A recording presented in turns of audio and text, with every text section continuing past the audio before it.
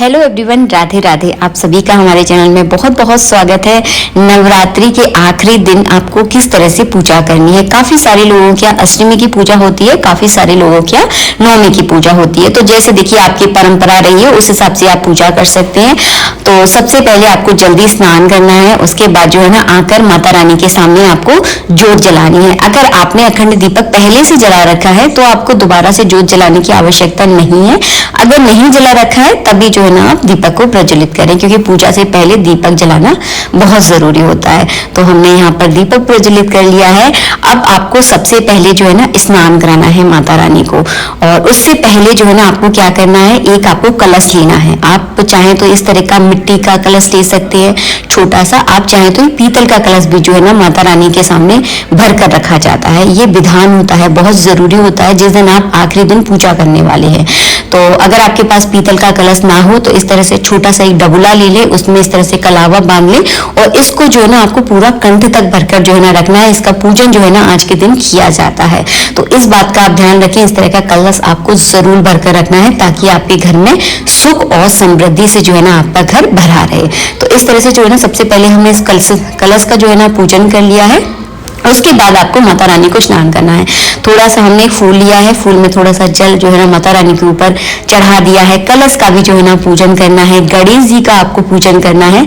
तो गणेश जी को भी अगर आपके पास छोटे से गणेश जी है तो उनको स्नान जरूर करा दें। अगर सिपाड़ी के गणेश जी है तो केवल जो है थोड़ा सा जल छिड़क दें। उसके बाद जो है ना आपको सब पर तिलक करना है। तो सबसे पहले गणेश जी पर, माता रानी पर, और उसके बाद जो है ना कलश का साथ के साथ जो है ना आज आखिरी दिन है तो सबका पूजन आपको पूरे विधि विधान से करना है। उसके बाद सभी पर जो है ना आपको कलावा रूपी वस्त्र अर्पित करनी है। अगर आप माता रानी के लिए चुन्नी लेकर आए हैं तो उन पर चुन्नी आप जरूर चढ़ा दें। अगर नहीं लेकर आए हैं तो कोई दिक्कत नहीं है, आप कलावा रूपी वस्त्र भी जो है ना माता रानी को अर्पित कर सकते हैं। उसके बाद सभी पर आपको पुष्प चढ़ानी है। तो अगर माला लेकर आए हैं तो माला चढ़ा दीजिए, अगर माला लेकर नहीं आए हैं तो पुष्प जो है ना माता रानी को आप अर्पित कर सकते हैं। नवरात्रि के दिन आखिरी दिन जो है ना हो सके तो पूरा परिवार मिलकर जो है ना माता रानी की इस तरह से पूजा करें, क्योंकि माँ जब हम सबको एक साथ देखती है ना तो सबसे ज़्यादा प्रसन्न होती है। आपको एक छोटा सा उदाहरण दूंगी, किसी के यहाँ जब आप जाते हो पूर्ण परिवार सहित जाते हो तो सामने वाला जो इंसान होता है ना वो बड़ा प्रसन्न होता है। देखिए मेरे कितने करीबी लोग हैं कि सब लोग मिलकर जो है ना मेरे कार्यक्रम में उपलब्ध हुए हैं। तो उसी तरह से अगर आप माता रानी की पूजा में पूरे परिवार सहित जो है ना अगर सम्मिलित होंगे तो उनको बहुत प्रसन्नता होगी और उनकी कृपा जो है ना आपके घर पर हमेशा रहेगी। तो हो सके तो इस तरह से ज़रूर करें। इसके बाद अगर आपने पहले दिन ही माता रानी को सुहाग का सामान अर्पित कर दिया है तो बहुत अच्छी बात है। अगर नहीं किया है तो लास्ट वाले दिन आप माता रानी को सुहाग अर्पित ज़रूर करें। अब सुहाग जो है ना दो तरह से अर्पित किया जाता है। एक तो माता रानी के निमित्त ही जो है ना हम अर्पित करते हैं, उस सुहाग के सामान को किसी को दान दिया जाता है, और एक सुहाग का सामान जो हम माता रानी पर चढ़ाकर अपने पास रख लेते हैं। तो आप जो है ना ऐसा करें, डबल चीज़ें रख ले। जैसे कि मैंने एक सिंदूर की जो डिब्बी है वो एक्स्ट्रा जो है ना इसमें रखी हुई है, जिसे जो है ना माता रानी पर चढ़ाने के बाद मैं खुद अपने पास रख लूँगी। साल भर उस सिंदूर की डिब्बी को जो है ना मैं यूज़ करूँगी। आशा करती हूँ सबको समझ में आपको अच्छे से आ रहा होगा। इसके बाद जो है ना हमने यहाँ पर माता रानी पर फल चढ़ा दिया। अब आप कहोगे दीदी खट्टे फल तो चढ़ाए नहीं जाते, तो ऐसा कुछ भी नहीं है। संतोषी माता की पूजा में जो है ना खट्टे फल नहीं चढ़ाए जाते। बाकी आप किसी भी पूजा में जो है ना किसी भी तरह के फल आप चढ़ा सकते हैं। तो हमने यहाँ पर कीवी का जो है ना भोग लगा दिया है। कलश मैंने आपको पहले ही बताया, कलश आपको ज़रूर रखना है। इसके बाद जो आखिरी दिन होता है ना उस दिन कढ़ाई पूजन किया जाता है। कढ़ाई में ही चने बनते हैं, कढ़ाई में ही हलवा बनता है और कढ़ाई में ही जो है ना पूड़ियाँ बनाई जाती हैं। तो कढ़ाई पूजन जरूर किया जाता है। और हाँ, इत्र लगाना बिल्कुल ना भूलें। देखिए मुझे भी भूल गया था तो मैंने थोड़ी देर बाद लगाया। इत्र आवश्यक रूप से आपको लगाना है। तो कभी कभी चीज़ें मैं भी भूल जाती हूँ, इंसान है, इंसानों से गलतियाँ होती हैं। काफ़ी सारे कमेंट आते हैं दीदी हम ये चीज़ भूल गए हैं, तो कोई दिक्कत नहीं है, माँ सब समझती है। अगर भूल चूक से जो गलती हो जाती है ना माता उसको क्षमा करती है। आपको एक फूल लेना है, फूल में इस तरह से अबरक, गुलाल, हल्दी, सिंदूर एक फूल में लगाकर जो है ना माता रानी को समर्पित करना है। इसी तरह से गणेश जी को समर्पित करना है और इसी तरह से जो है ना कलश पर अर्पित करना है। अगर आपके घर की कोई कुल देवी है तो उनके नाम का पूजन भी जो है ना आप माता रानी के सामने ज़रूर करें, उनके नाम का फूल जो है ना ज़रूर चढ़ाएं। इसके बाद किया जाता है हवन। तो आखिरी दिन जो है ना हवन करना बहुत ज़्यादा ज़रूरी होता है और आखिरी दिन जो है ना सुबह के समय ही हवन किया जाता है। तो सबसे पहले हमने हवन कुंड में जो है ना अग्नि प्रज्वलित कर ली है। आप चाहे तो गाय के गोबर के जो उपले होते हैं उन पर हवन कर सकते हैं। अगर उपले नहीं हैं तो आप नारियल से हवन कर सकते हैं। आप चाहे तो हवन की संविदा आती हैं उस पर भी आप हवन कर सकते हैं। कपूर अकेले पर कभी हवन नहीं किया जाता। गलत तरीके से हवन कभी भी आप ना करें, इस बात का ध्यान रखें। तो सबसे पहले क्या है, आपको गौरी गणेश के नाम की आहुति देनी है। तो जब आप गणेश जी के नाम की आहुति देते हैं ना तो इस तरह से बोलना है गणेशाय नमः। उसके बाद जो है ना नवग्रहों की आहुतियाँ देनी है। तो सूर्याय नमः, सारे ग्रहों का आपको जो है ना नाम बोलना है। उसके बाद जो है ना आपको अपने घर की कुल देवी हैं उनके नाम का जो है ना आपको आहुति देनी है। माता रानी के नाम की आहुति देनी है। उसके बाद लगाना है आपको भोग। भोग तो मैंने आपको पहले ही बता चुकी हूँ, बतासे और 2 लौंग के जोड़े से जो है ना माता रानी को भोग लगाया जाता है। तो 5 बार इस तरह से आपको भोग लगाना है। उसके बाद आपको क्या करना है, जो आपने घर में हलवा चने पूड़ी बनाई है ना उसका भोग जो है ना आज के दिन लगाया जाता है। लेकिन एक बात आप याद रखें, हवन की अग्नि में जो है ना कभी भी नमक वाली चीज़ों का भोग नहीं लगाया जाता, केवल मीठी चीज़ों का भोग लगाया जाता है। मैंने आपको चने इसलिए दिखाए ताकि आप वो गलती ना करें। केवल मीठे का ही आपको भोग अग्नि में लगाना है। अगर आपने पूड़ियों में नमक नहीं डाला तो पूड़ियों का भी आप यहाँ पर भोग लगा सकते हैं। अगर नमक डाला है तो भोग ना लगाएं, इस बात का ध्यान रखें। तो केवल हलवे की जो है ना 5 आहुतियाँ हमने अग्नि में दी हैं, भोग लगाया है। अपनी कुल देवी देवताओं का भी आप इसमें भोग ज़रूर लगाएं, बहुत ज़रूरी होती है। हर एक गांव की एक कुल देवी होती है। हमारी भी मतलब कुल देवी है। आपके यहाँ पर भी ज़रूर कोई ना कोई कुल देवी तो ज़रूर होगी, तो उनके नाम का आप भोग ज़रूर लगाएं। उसके बाद जो है ना इस तरह से जल का जो है ना आपको आचमन करवाना है। देखिए इस तरह से यूँ घुमाना है तो जल का आचमन हो जाता है। अगर जल से नहीं करवाना चाहते तो घी से भी जो है ना आप आचमन करवा सकते हैं।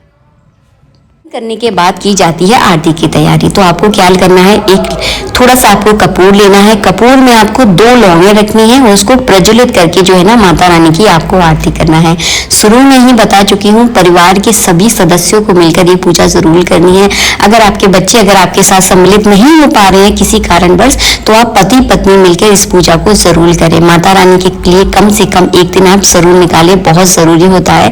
और जिस घर पर माता रानी की कृपा होती है उस घर के क्या कहने, क्योंकि माँ की जिस जगह कृपा हो गई ना उस जगह तो मतलब बात ही अलग निराली हो जाती है। तो इस सरल विधि से जो है ना आपको पूजन करना है। हवन भी देखिए कितनी बढ़िया से जो है ना माता रानी ने भोग लगाया है।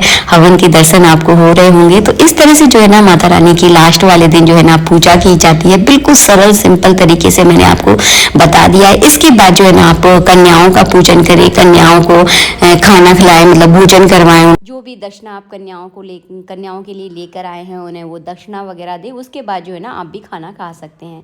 और एक बात याद रखें, चाहे आपके यहाँ अष्टमी का पूजन हो, चाहे आपके यहाँ नवमी का पूजन होता हो, लेकिन माता रानी की पूजा जो है ना 9 दिन ही करनी होती है। और 10वीं के दिन जो है ना माता रानी का विसर्जन होता है। तो माता रानी को आपको जो है ना 9 दिन तक अपने घर में रखना है।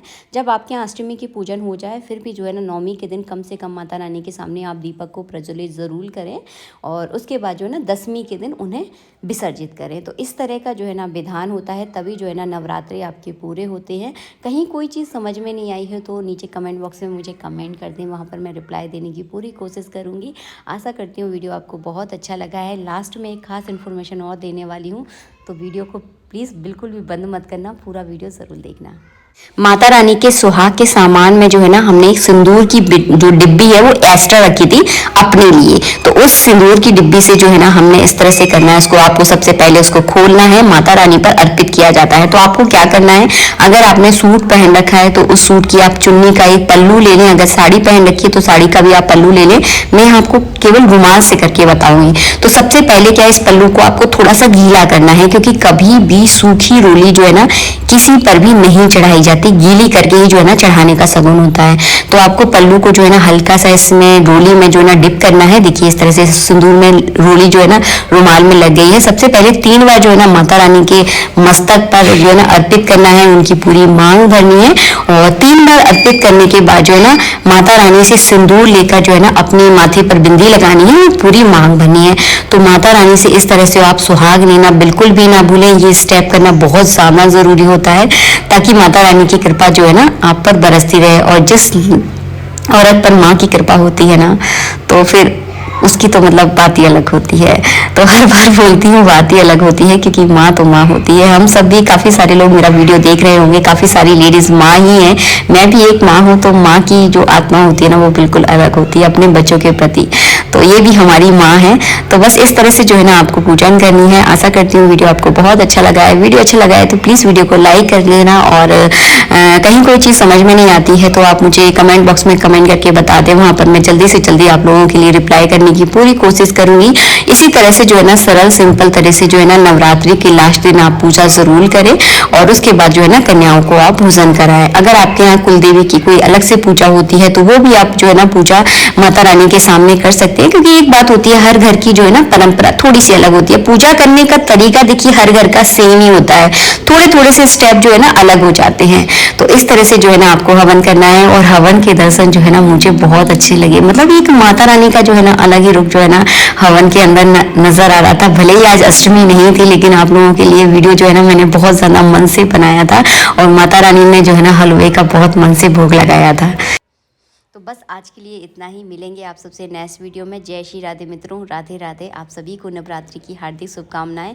हमारे परिवार की ओर से माता रानी हम सब पर अपनी कृपा जो है ना बरसाती रहें। जय श्री राधे।